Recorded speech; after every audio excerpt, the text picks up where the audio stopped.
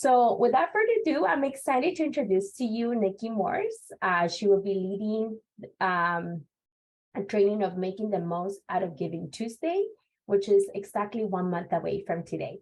So Nikki has over 20 years of experience in organizational assessment and planning, fundraising, hiring, training, and facilitation in community-based organizations, coalitions, unions, and direct service providers. As a director at the Jews for Racial and Economic Justice, she built a fundraising program that involved the staff, board, and members in growing the budget from just $275,000 to $1.3 million, and growing the individual donor base from 450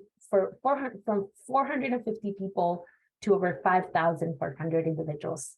Nikki's specialty is in full team management and engagement in individual donor fundraising. She can assess current fundraising and help build fundraising plans, programs, or campaigns. She can train boards in their competence and skills to participate robustly and joyfully in fundraising efforts, and can coach executive directors, development directors, and development associates in making or designing and implementing systems. Thank you so much, Nikki, for leading this training, and I'll hand it off to you. Great, thanks, Ambar. And with this small group of us, we can just sort of really have a participatory conversation and get to engage with each other. So I'm Nikki, I'm based in Brooklyn. I use she, her pronouns, and I have been fundraising and organizing for over 20 years. My first job out of college was actually in fundraising. It was by accident. I didn't mean to. It was just the job that was open at my favorite organization. And I was completely and totally terrified of fundraising. And, you know, I'm going to just be totally transparent and honest. Sometimes I am still terrified. I think a lot of times people see development as this like kind of special elite skill that, you know, it's wealthy people talking to other wealthy people in back rooms.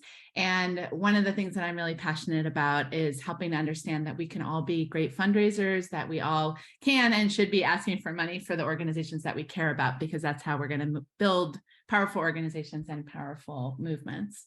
And I really sort of shifted the way that I think about fundraising since that time to see it as deeply, deeply, deeply political and deeply connected to the rest of the justice work that we do. So, you know, and the other thing I'll say, I'm working with Brian at the Florida Health Justice Project, and I myself have a background in health justice work. My mom is in the public health field, and so I have a special place in my heart for really hard-hitting justice health work. All right, so, and then I'll also just say, you know, you all, again, there's a lot of expertise in the room, a lot of information, questions in the room. Please feel free to pop in, ask questions in the chat. I'll keep an eye on it. And also with a small group, you can just unmute and ask any questions that you have. Okay, can we go to the next slide? Ooh, next one. Okay, so the way that we're going to spend our time today is I'm going to do talk a little bit about reframing individual giving. And sort of how to think about individual giving as a whole. We're going to talk a little bit about Giving Tuesday background, some of the pros and cons of participating in it and how to make the most of it. We'll talk a little bit about planning your campaigns, and particularly with a focus on building a peer-to-peer plan. And then we'll talk a little bit about theme, messaging, and materials and discuss that. And yes, thank you, Ambar. Avery is on tech, so if you're having any tech challenges, you can ask her for that. Okay, so you go to the next slide. Can somebody volunteer to read this quote? And I'm gonna volunteer one of you all if somebody doesn't choose themselves. So, okay, Stacy. I'll do it. All right, do it. Go for it, Holly. All right. Fundraising is about connecting with people who share your vision of a better world. It's about building relationships and making friends for your organization. It's about giving people the opportunity to accomplish something that they could never achieve on their own as one individual. So I love starting out with this quote because that last sentence is where I start every single time I work on fundraising. A lot of times when we think about fundraising, we're like, I'm asking somebody to do me a favor. it's this kind of, there's this sort of negative feeling about it. But actually we're giving people an opportunity. People want to make a difference. They want to do something good in the world, and giving money is one of the ways that they can do that. So if you can go to the next slide. Okay, so I think we don't need to do breakout groups. We can actually just all do this. Oh no, we actually have more people on. So we're going to go into really quick breakout groups. And if you could just, in your breakout group, introduce yourself and talk about one organization you have made a donation to in your life that you feel good about and why. So you'll be in 3-person breakout groups, and you'll each have up to a minute, and just share a donation, an organization that you've made a gift to and what that you feel good about and why. And Avery is going to put us into breakout groups. Okay, so welcome back, folks. Thanks for that. Does anyone want to share what they shared in their group, an organization you made a donation to that you feel good about and why? Sure. Yeah. So one of the organizations that I support every year is Equal Access to Justice, which is a fundraising collaborative that funds access to civil legal services in New Mexico. My organization is part of that, but it also supports some of the direct service provided. We're systemic advocacy organizations. So this group supports the direct service providers who are providing like direct legal assistance to low-income New Mexicans, including New Mexico Legal Aid, and an organization that provides legal services for Navajo population in our state. So it's about promoting access to justice, which is an issue I care about deeply, and some of the partners who are doing important work that is collaborative with our agency. That's my answer. Thank you, Stacey. I can go. I said that I think the only place that I at least can remember that I've donated to was blood. Which I know is like a cliche answer, but if I am going to donate something, I'd rather it be, results driven. And I know that they're not, I said this in my breakout room, I know that they're not vampires storing blood. So I know that that blood is being used, and that feels good. Thanks, Shayla. That's a great example. That's, we're not just, we donate time, we donate blood, we donate money. And the important thing is having that sense of, making a difference and having that direct impact. And we see that with any of the things that we donate. And I like to start here because when we think about fundraising, we already know about 50% of what we need to know, because we ourselves have our donors, whether that is of our time, money, or other resources like blood. And so when we're thinking about fundraising, we want to start from that perspective. How good does it make you feel when you make a donation of time, when you're contributing to something, and how important is it that we're able to make that difference? Okay, so we're going to do a poll. So Avery, if you can put up the poll. The question is, what percentage of your organization's budget comes from individuals? So if you can fill out that poll. So funny to watch it happen in real time.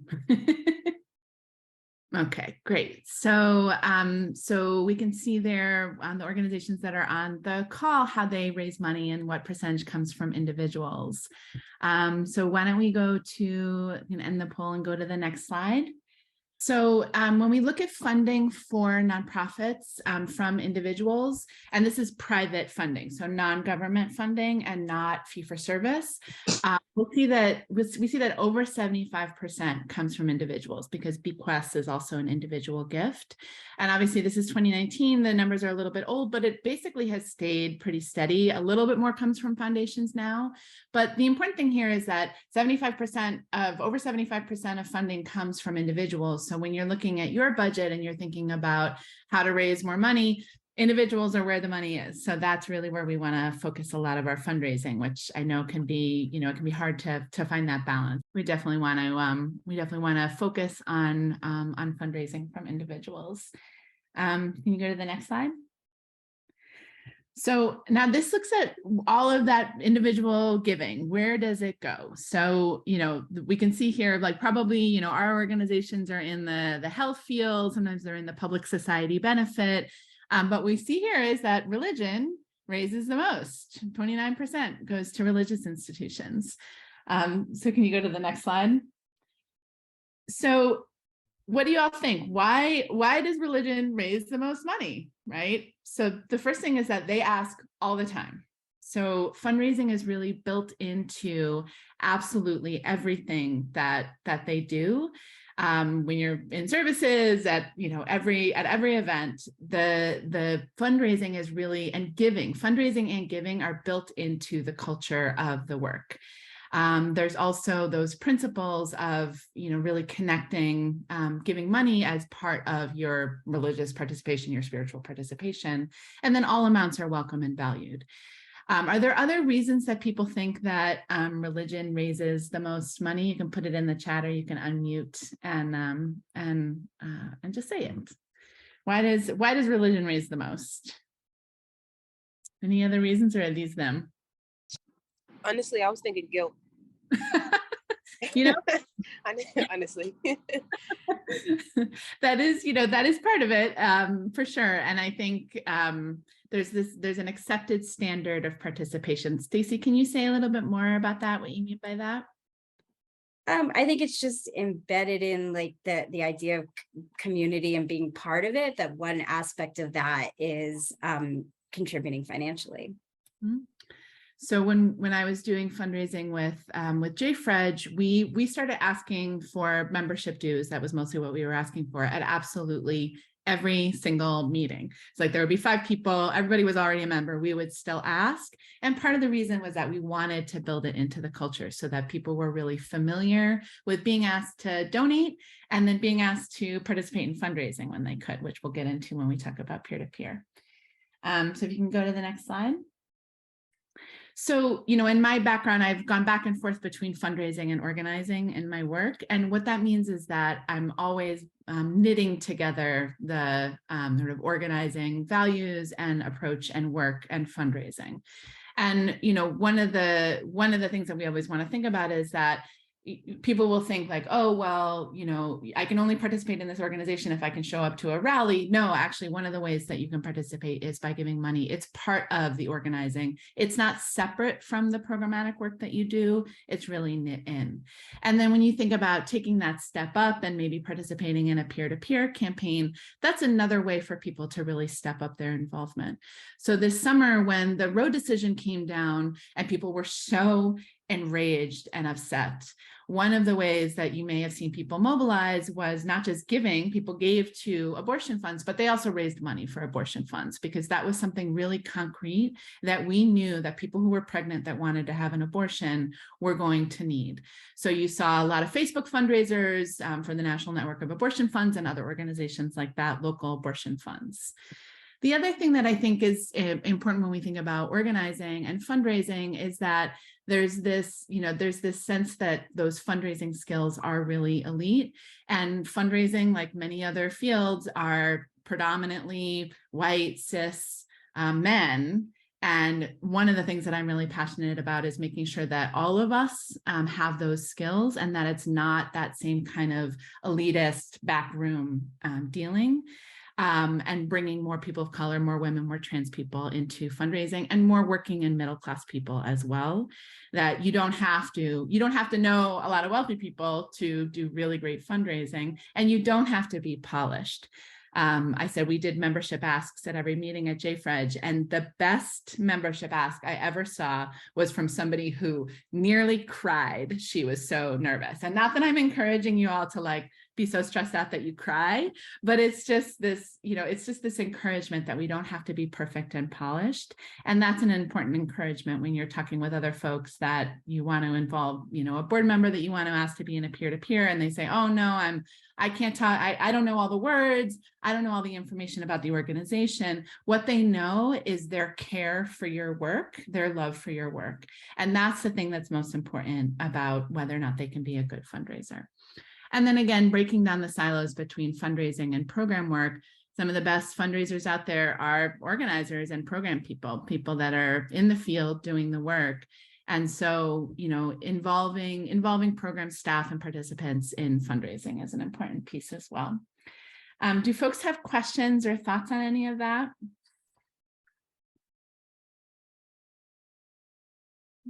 You can put in the chat or you can unmute. Okay. All right, we can go to the next slide. So we're gonna do a quick poll. How has your organization participated in Giving Tuesday in the past? So Avery's gonna put up another poll. So if you've never done a Giving Tuesday campaign before, and you can so you've never done one, you just do an internal push. So you send out an email on social media, or you involve board members in liking and sharing and promoting our efforts, or you run a full peer-to-peer campaign. So everyone on the call, or everyone that's participated so far, has done Giving Tuesday in the past. Give it one more second for the other two folks to vote in their poll. You're unsure, Shayla? Okay. So maybe have you joined the organization since they've done it? So that's okay. All right. So this is great, because then we can we're going to talk a little bit about why that peer-to-peer campaign is so important. Okay, so we can end that poll. Thank you. So Giving Tuesday, it was started in 2012 as, connected to the full Thanksgiving weekend, Black Friday, Cyber Monday, Giving Tuesday. And, somebody mentioned the guilt piece when it comes to religion. I think Giving Tuesday is actually a very guilt focused fundraising, because people are like, oh, I bought all this stuff on Amazon. I feel so bad. You know what I'm going to do to make myself feel a little bit better? I'm going to give some money to my favorite organization. So there's a little bit of guilt in there, and making sure that we're not just thinking about those, those commercial pieces and the stuff that we might buy. And it has become, really, really large. It raised $10 million the first year, up to $2.7 billion last year, with 25% raised on Facebook. So Facebook really makes it very easy to fundraise, and we'll talk a little bit about the challenges from that, but it is a key piece of Giving Tuesday, and Giving Tuesday has really taken off since then. You can go to the next slide. So the benefits to Giving Tuesday is there is that group momentum. People, when they give money, they want to feel like they're a part of something. And I think the idea of Giving Tuesday is that it will up that sense of participation, because people are building that momentum, and there's sort of a flurry. We all see all of the emails and all of the social media, and that with the flurry, there will be encouragement to folks to give, and people will become aware of it.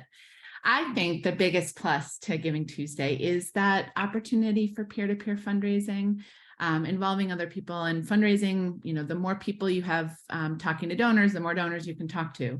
And I think especially when we're small organizations and we're like, oh, I can only talk to 5 donors, I have to talk to the wealthiest donors in my community. That doesn't feel so good, right? So if you have more people involved in fundraising, then it means that you can really talk to more donors and talk to folks that don't necessarily have the capacity to give a lot, but can give something important, which then gives them an opportunity to participate. And I think it can also be particularly useful to bring in first-time donors. So when folks, they don't know your organization as well, but they see your social media, they see your emails, this might be the thing that brings them into the fold. Are there other positives, other pluses about Giving Tuesday that folks see or feel? You can share in the chat or unmute yourself. I feel like there's just a widespread recognition that this is a focus on philanthropy and opportunity, that the message is out there and people are thinking about it and already making donations. I mean, a lot of our donors say they've made several donations on Giving Tuesday. So there's just a narrative around philanthropy that it's a good opportunity to tap into for that day. That's great. So I talked a lot about, getting fundraising into the water of your organization, and Giving Tuesday in some ways is kind of getting giving into the water of our wider movements and our wider circles. So can you go to the next slide?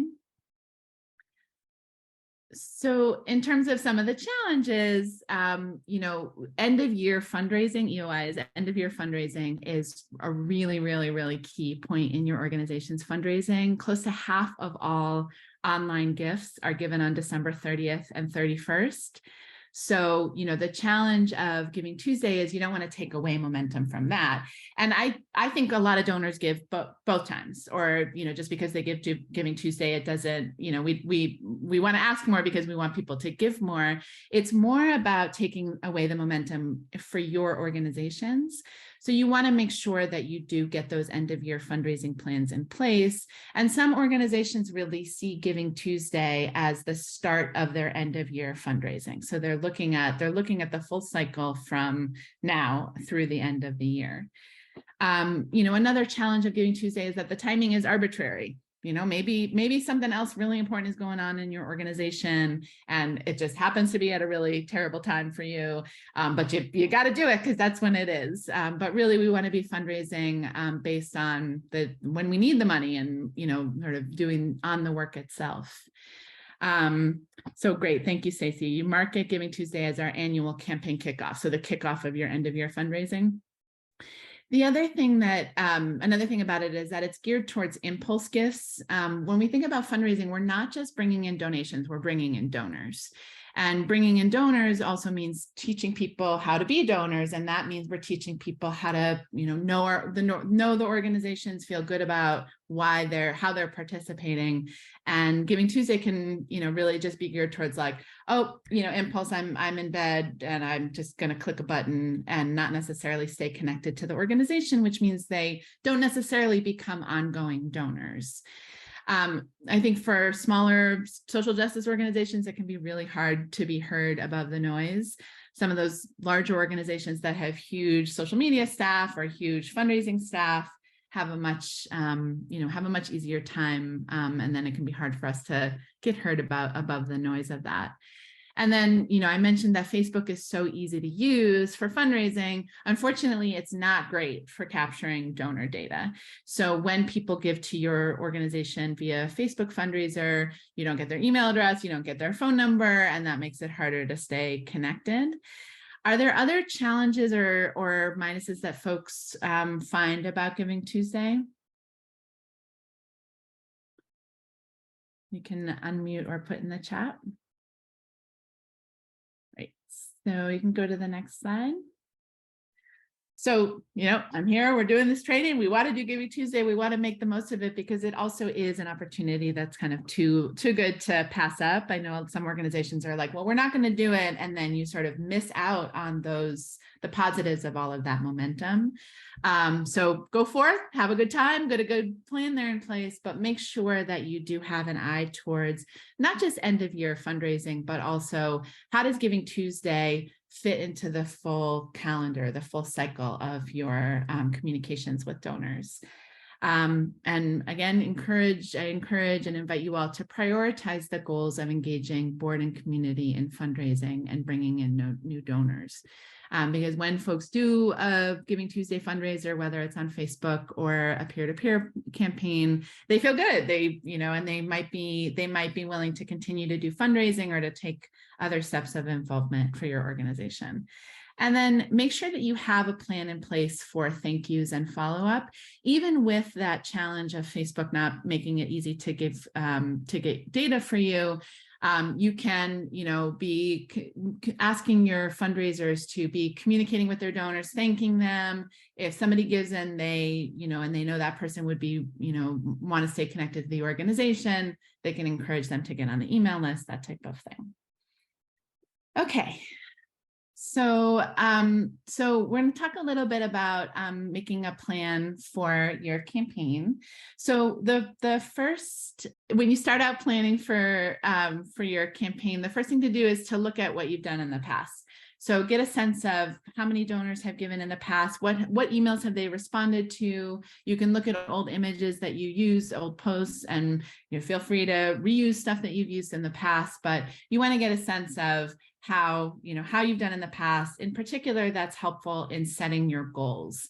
So you all have done Giving Tuesday in the past, most likely. So you want to see, when you're setting a goal and setting a timeline, how did it go last year? What can you learn from Giving Tuesday last year? And then you'll want to develop your own checklist, timeline, and goals. So after this training, we'll be sharing a really, really, really robust checklist from Network for Good, but it's like 6 pages long. Do not get intimidated by it. You know, the goal here is to not let the perfect be the enemy of the good. Giving Tuesday can be a great way to try out some things and to test some things and to sort of set some goals that are realistic but ambitious. So when you're thinking about setting goals, one of the main things that I want to encourage folks is to set goals around the number of people you have that participate in fundraising, the number of donors, and the amount that you raise. And you want to set that based on, you know, how you did last year. So if last year you had 3 people participate in peer-to-peer fundraising, can you have 5 people participate this year? What is a manageable goal? Can you encourage all of your entire board of directors to participate? Is there a staff member or a volunteer that could participate? In terms of setting your financial goals, one thing that I would encourage you all is to consider a matching gift. Matching gifts can really enhance your fundraising because people love to give when their funding is going to go twice as far and they're going to match your gift. It's also a really nice ask for a major donor. So if you have a donor that, you know, that maybe they give $1,000 and you think they might have more capacity, you can go to them and say, can you give $2,000 this year? And can we offer it as a matching gift to first-time donors? And that can, you know, we've all heard the NPR fundraisers, and they're always talking about those matches. They do that because it really works, and people wait for matches to make donations and feel like it goes further. So in terms of assembling your team and assigning roles, for the most part, you know, the folks on this call are largely going to be that manager cheerleader. That's the person that, you know, that kind of holds the container for the group. And then you'll have, you know, the people that are working on communications, anyone that you have participate in peer-to-peer. And you often have people who are not willing to do peer-to-peer, but they're willing to promote, you know, your posts on social media. So you might have someone that says, oh, I can't fundraise myself, but you know, and you say, okay, that's great. Can you keep an eye on our social media? And as soon as we start posting stuff, can you share it to your own page? And again, that gives people a chance to participate if the peer-to-peer is too high of a bar. And then developing your peer-to-peer plan, and then, you know, your themes, messaging, and images. So we'll focus on peer-to-peer. We can go to the next slide and look at this poll. So if you haven't answered this poll, you can go ahead and do that. So does your donation interface have a built-in peer-to-peer platform? Okay, so folks then can answer that again. Okay, so one of you have a peer-to-peer interface that you have used, 3 are not sure, and 1 does not have one. Okay, and just to be clear, right? So peer-to-peer, you know, and this folks might know this, but just to say that peer-to-peer just means giving people the option of making their own fundraising page, so that they can share a photo, they can put in that personal testimony of why they're fundraising for it, why they're taking that extra step. And oftentimes you can give them sample text that they could include about the organization. Okay, great. So, so for those of you who are not sure about the platform and whether or not you have a peer-to-peer option, so again, this is peer-to-peer is such a key way to bring in new donors. Most of the time, a lot of the time, people give to organizations because someone they know who shares their values asked them to. That's how organizations launch. Somebody has an idea, they're going to start an organization, and they go to some people that they know and ask them to support them. You want to get familiar with your platform options. So call your donor interface. And actually, I'd love to hear what fundraising systems are people using. So if you can put in the chat or unmute and just say what fundraising platforms people are using. And for those who, if you do if you do get in touch with your fundraising system and they don't have a peer-to-peer option, there are other systems that can be integrated. So Give Lively has a free and pretty easy to use peer-to-peer system. Classy certainly has one. Does anyone want to share what fundraising systems they use? Anything they want to say about it? Okay. Just the PayPal button. Okay, great. So thank you, Holly. So if you're using PayPal to fundraise, then PayPal does not have a peer-to-peer system built in. So you can see if you want to try Give Lively or another free option like that. But as you're saying, like there's always that trade-off of if it's going to be too complicated to, if PayPal certainly doesn't have one, it's not an option. It's going to be too complicated to set up a new system. Just go with the Facebook. So ActBlue also does not have a peer-to-peer option. So again, you might just end up using Facebook as your backup. But I would encourage you to check out Give Lively, other systems like that allow you to easily set up a peer-to-peer plan. And when you're building out your peer-to-peer plan, you want to make sure that you're kind of building some of that momentum and staying in touch with your fundraisers before, during, and after to kind of build momentum and camaraderie. So I'm curious, do folks have a plan in place to do peer-to-peer fundraising for Giving Tuesday, or are you mostly planning to do, because you can do a great Giving Tuesday campaign without peer-to-peer. So I don't want to, make it seem like that's the only option to make Giving Tuesday successful, because you certainly can. So I'm curious if folks want to put in the chat or unmute if they're planning on doing a peer-to-peer campaign for Giving Tuesday this year. And Brian, I might call on you because I know you all are thinking about you're going to be doing a peer-to-peer for Give Miami Day. I might put you on the spot. You want to talk a little bit about that? Okay.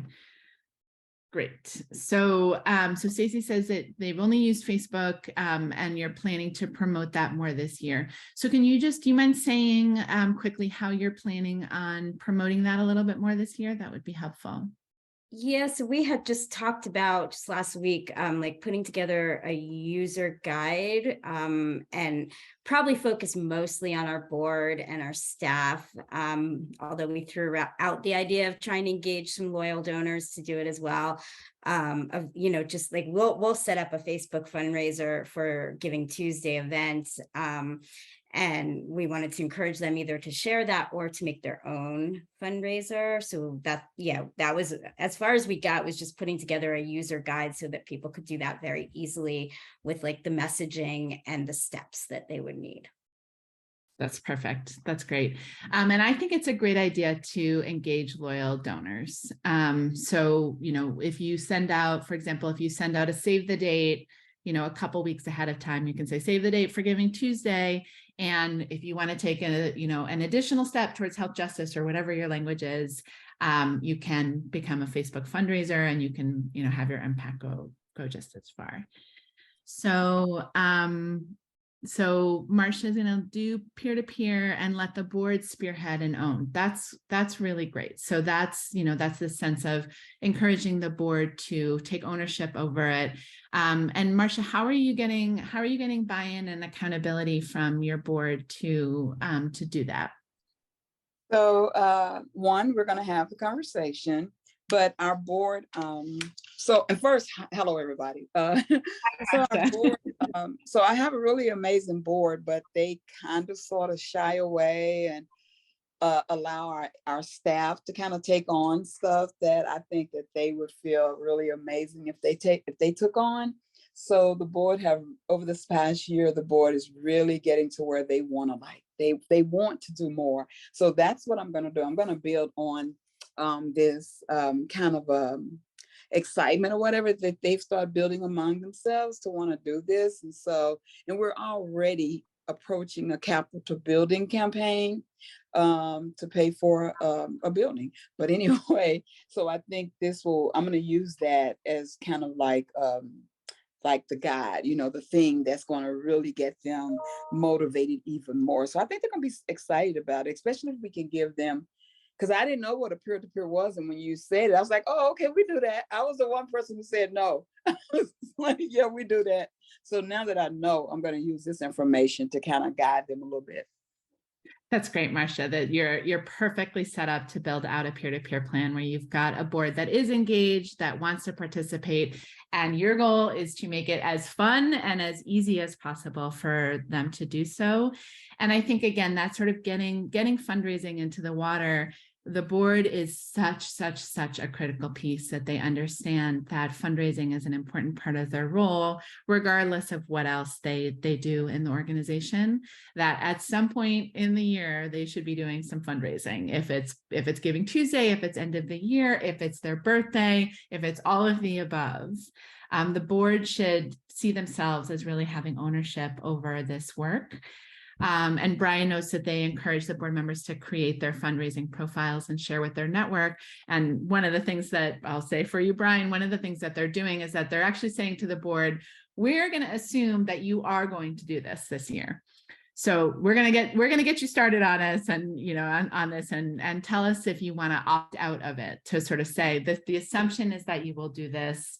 And again, we're going to make it as easy as possible to do so. Okay, so can you go to the next slide? Okay, so ideally, if you can get folks together for a training or a conversation to answer questions, build accountability, and brainstorm creative ideas.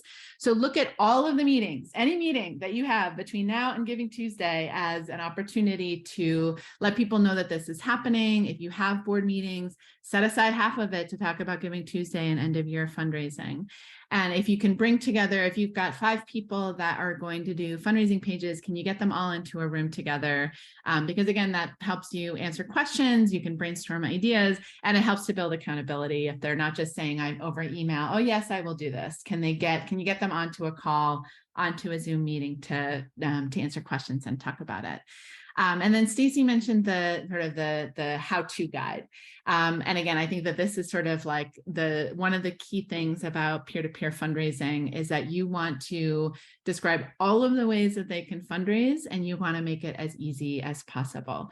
So if you're going to have people make a Facebook fundraiser or a peer-to-peer page, walk them through every single step. If you're going to say, all right, here are your options. You can create a fundraising page. You can create a Facebook page. Here's how you do it. You can send out personal emails and give them some sample text. So one of the things that I like to do is I'll set out a guide that says, here's a template. Templates, like scripts, they're often a little generic and boring. So you say, well, here's something to start from, personalize it. And then if somebody sends me one that's really great, I might say, oh, our great board member, Stacy, wrote her own email, and it's, really great. And here's an example of how you personalize the template. But generating that template, those materials so that they have something to work from. And then, when you're making it easy, you also want to walk them through, how to use hashtags, how to share posts from your organization. And one of the things that I often hear from organizations is, oh, no, I'm not on Facebook. I'm not on Facebook. And it's like, you don't have to do anything you don't want to do. You don't have to get on social media just to do Giving Tuesday. If you're not on social media at all, then just do it via email. You can, forward one of the emails from our organization with a little note up top that says, I love this organization. Here's the PayPal link. I think, again, just work with what you've got and make it as easy as possible. And then this piece that's about making it joyful and fun, that, when you're talking to your board member, it's like, this is, you have to do this. This is an obligation. No, it's like, this is a way for them to do something great. We're going to build some momentum. We're going to do it together. We're going to try some new things. We're going to see how it goes and go from there. What questions do folks have about kind of setting people up to do peer-to-peer fundraising? Or if people want to share stuff that has helped in the past to encourage people to do peer-to-peer. Any questions or comments? Question, and maybe you're going to get to this later, but one thing we've bounced around in ideas, like doing text, like making a text that people could send out without going through, because we've researched, large like text, the companies that will send mass text to all of our donors, and we don't want to do that because of the cost involved and the complication there. But I was curious if you or others have used, like, because we've thought about maybe creating our own text, very simple, just a quick image with some information about today's Giving Tuesday, and asking people to forward it on to their contacts, but we're not sure what kind of participation we would get and if it's even worth trying that out. So I was curious if anyone has done that in the past successfully. I'll see if this has anyone done that? Use text for that? Cece, I think it's a great idea. And one of the things that I would just note is that make sure that you are testing everything mobile. So that when you set up a fundraising page, when you're, however you're doing it, make sure that what people look at their phone is going to be as easy as possible for them to give. But, Stacey, I say try it. Like, I think that would give you so much information about how that goes. And, I did use, I think it's still called Through Text as a texting system. And we would use that for membership campaigns, for membership fundraising campaigns. And it's a little bit cheaper but you need a lot of volunteers, because you need volunteers to be able to respond to people. But I think if you can sort of do a DIY version of that and give people, here's a text to copy and paste with an image and a link to the donate page, I think is a great idea, and it'll be awesome to hear how it goes. I hope you do try that. We'll see. Thank you. Other thoughts or questions on peer-to-peer fundraising?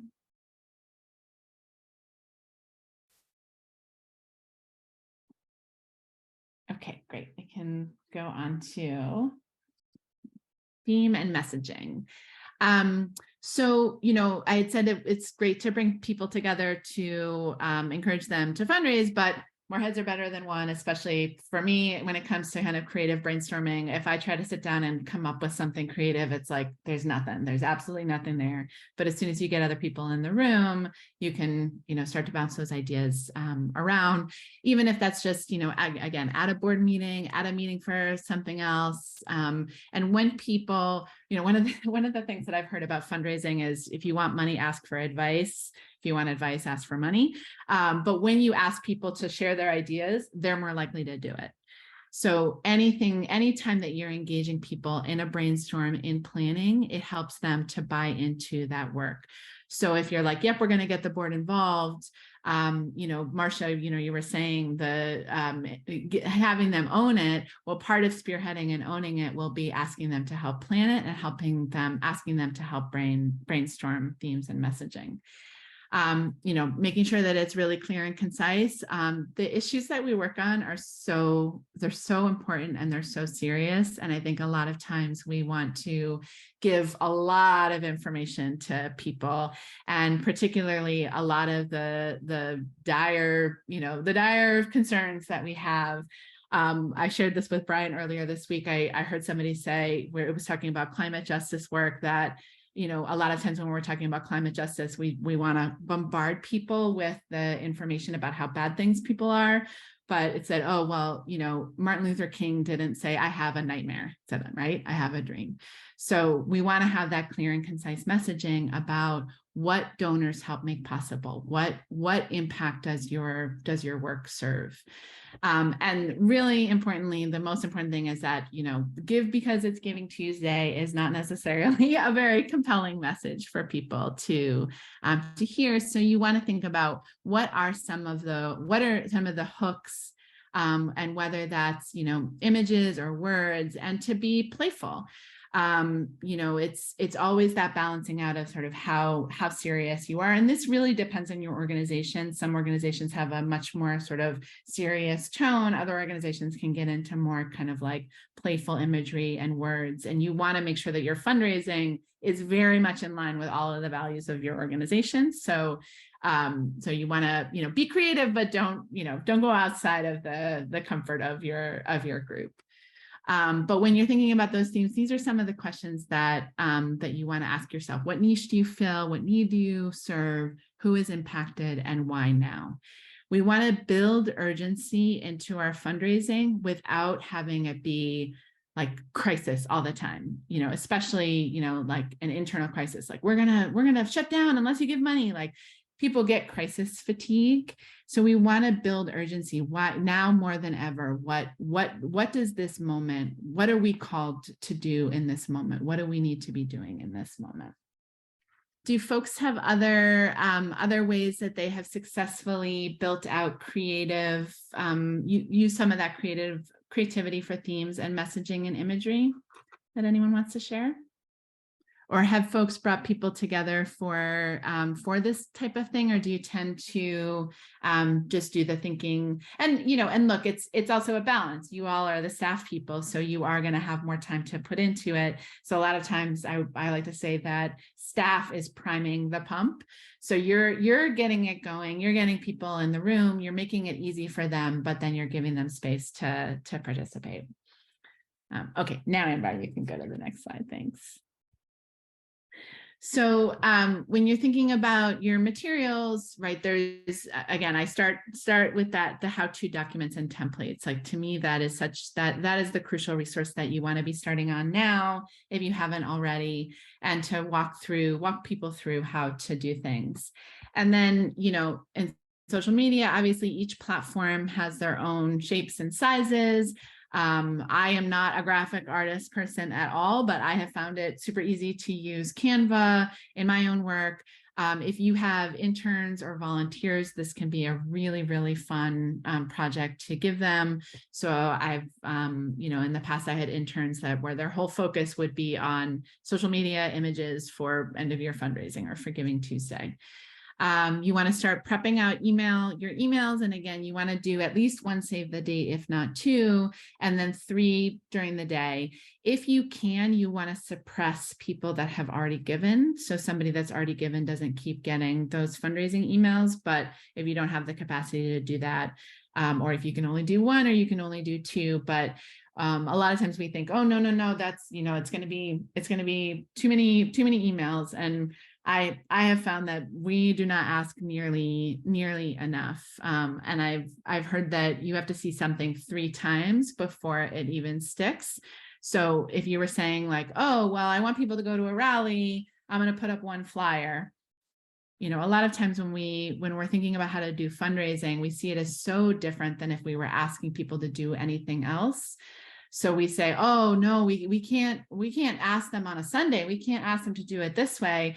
But if we ask ourselves, how would we view it if we were asking them to come to a rally? We would feel fine calling them on a Sunday to do that. It's our concern and anxiety about money that sometimes clouds our thinking about how to approach people about it.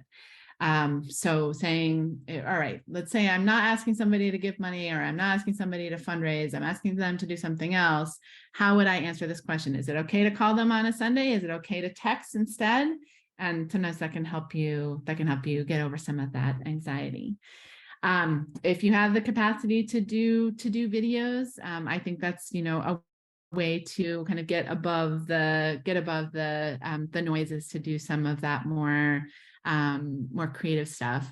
And then of course having those hashtags that are not just, you know, you want to include Giving Tuesday, but also is there a sort of a phrase or that you can, you know, have a hashtag for your own Giving Tuesday. Are there other materials that people have created that they want to share that has been useful in the past? I can share something that we did in my previous organization. So we were having a staff retreat, right? This is before COVID too. We were having a staff retreat near Giving Tuesday. So what we did, it was just capture quick like videos with your cell phone, like that said, hi, my name is so and so, I played this role, and kind of show a little bit of our work area and say, this is what I do every day, and I'm so excited. And we were fundraising for immigrant rights. And it engaged our staff, and the board was there, and they did it too in our leadership committee. And we were able to bring a lot of funds through that, but also make the staff feel engaged. And I thought it was really easy and quick. And it wasn't like this high production video or anything. It was just like a quick video with your posts, and everybody would just share it on the social media. And I thought it was really fun. And we did raise some funds.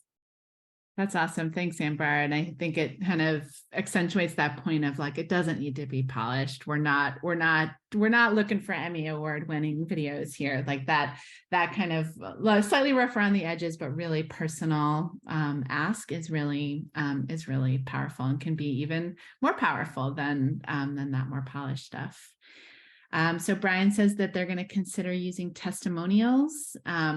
So this is great. Asking people to share testimonials about why they're involved, how they were impacted by the work. If somebody benefited from the work of your organization, can you ask them to do a testimonial and say, this organization linked me up with these resources that I didn't know about. They helped me understand my rights. They, whatever the case may be, to get those personal testimonials, because that's, the question about who are you serving? Who is your constituency? It makes it so much more real when you hear the direct words and maybe see a photo from somebody that is involved in the work. So we are going to do a breakout group. So can you go to the next slide? So we're going to do a little bit of brainstorming about kind of how you might want to participate, what kinds of images and ideas that you might want to use, themes that you might want to use for Giving Tuesday. And, one of the things that I feel so strongly about is that I'm not interested in competing with other groups that are doing great work. I'm not interested in saying my group is better than this group. No, we are in the movement together. So I know sometimes when we're working with people from other organizations and we're like, oh, I don't want to share my great idea because then they're going to steal it. You want them to be really successful as well. So we're not just fundraising for our organizations, we're fundraising for the overall movement for health justice.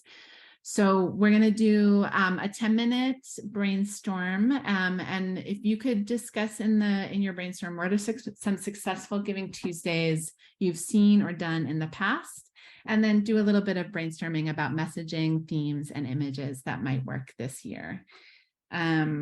So let's just do 2 breakout groups. Welcome back, everyone.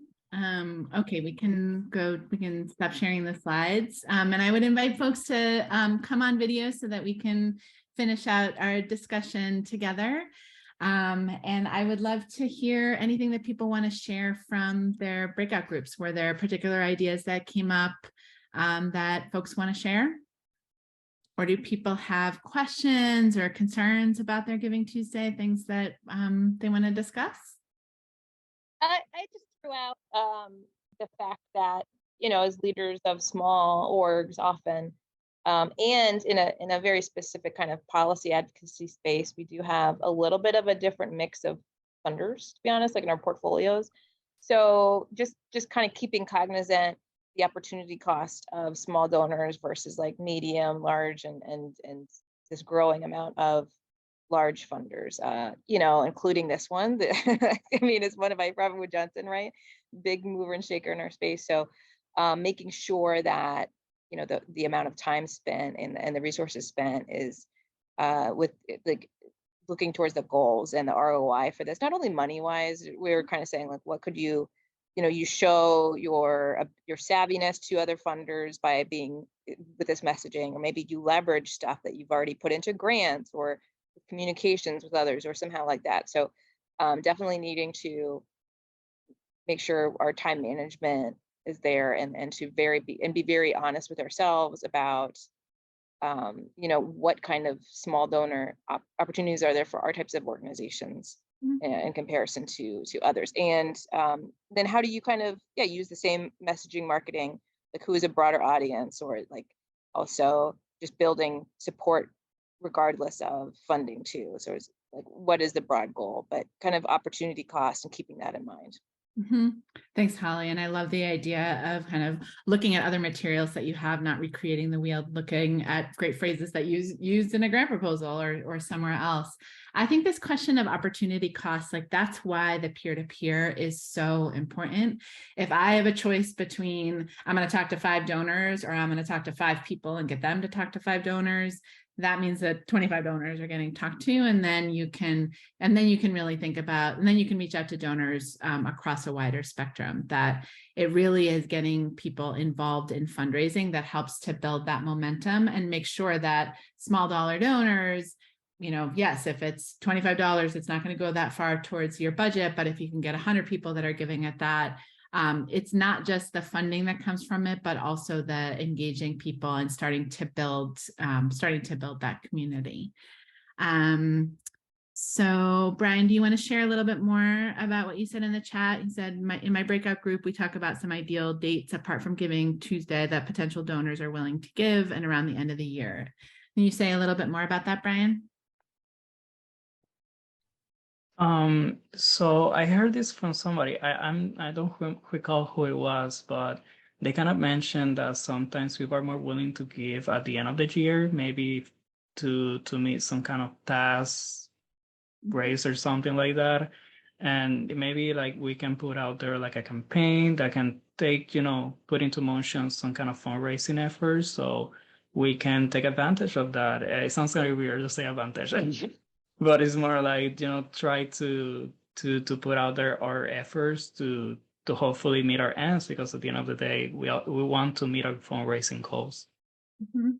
Yeah, that push towards the end of the year for folks to get a tax deduction that's why the 30th and the 31st are so important for fundraising days. So, again, we're focused on Giving Tuesday, but make sure you have those plans in place for end of year. And for both Giving Tuesday and end of year, a lot of times fundraisers are like, January, I can finally breathe. And that's true. January is like not as hot of a month in terms of actually making a lot of asks, because you have just done these 2 pushes, which makes January a really, really, really important month for thanking donors. So for most of the organizations that I've connected with, I encourage them to do a thank bank. So, and especially for your board members or your participants, your staff members who are like, I hate getting on the phone and asking for money, you can get them together to call a donor and thank them.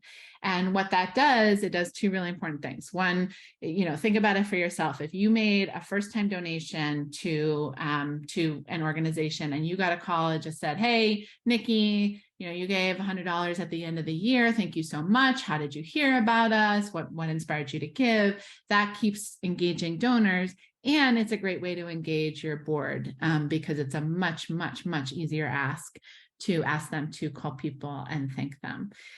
So again, sort of seeing it as part of, it's not just that one day in November, but it's part of that full year, and making sure that January and February, you have a plan in place to be engaging donors, looking at, this person just gave a first-time gift of $100. That's a really large first-time gift. Can you find out a little bit more about them? Who did they know? How did they get connected to the work? What other sort of challenges or questions do people have about Giving Tuesday or about individual donor fundraising beyond that? Marcia, I'm curious about what you all talked about in your group, since I know you had some great ideas for encouraging the board to participate. So I was actually just kind of listening. It was an opportunity for me to share. Like, this is, it's really new. This is going to be our 3rd one. We were one of, relatively small organization that got this huge influx of funding with the way the world is set up now over the last few years. And so just kind of finding our way through the woods with the funding. And one of the things I had said earlier is that I struggle with funding and what does this look like? Because I have this fear of funding, removing the authenticity of the organization, who we are. And I don't want to get, I just want to make sure that, so I'm so committed to individual donors. I'm just so committed to those really small donations, which small donations can become big donations, because one of the things that we pride ourselves in is that we are organically connected to the people that we serve. And the fact that those folk are giving us money is so much more powerful than the bigger dollars. And so I guess my thing is, one, not being overwhelmed by this call. And two, really honing in on how we get those dollars from those folk that we serve.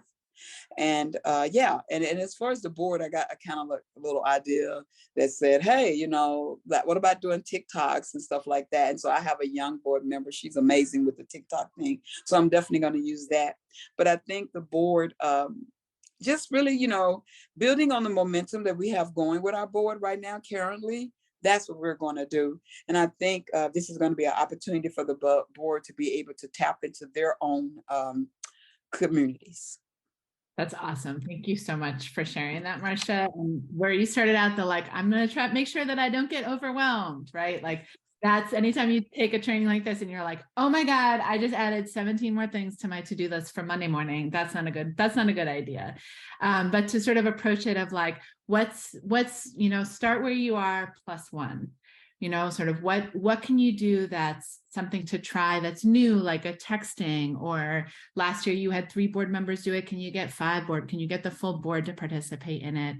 And to, again, to sort of like see it as an opportunity to try those things and evaluate it after the fact.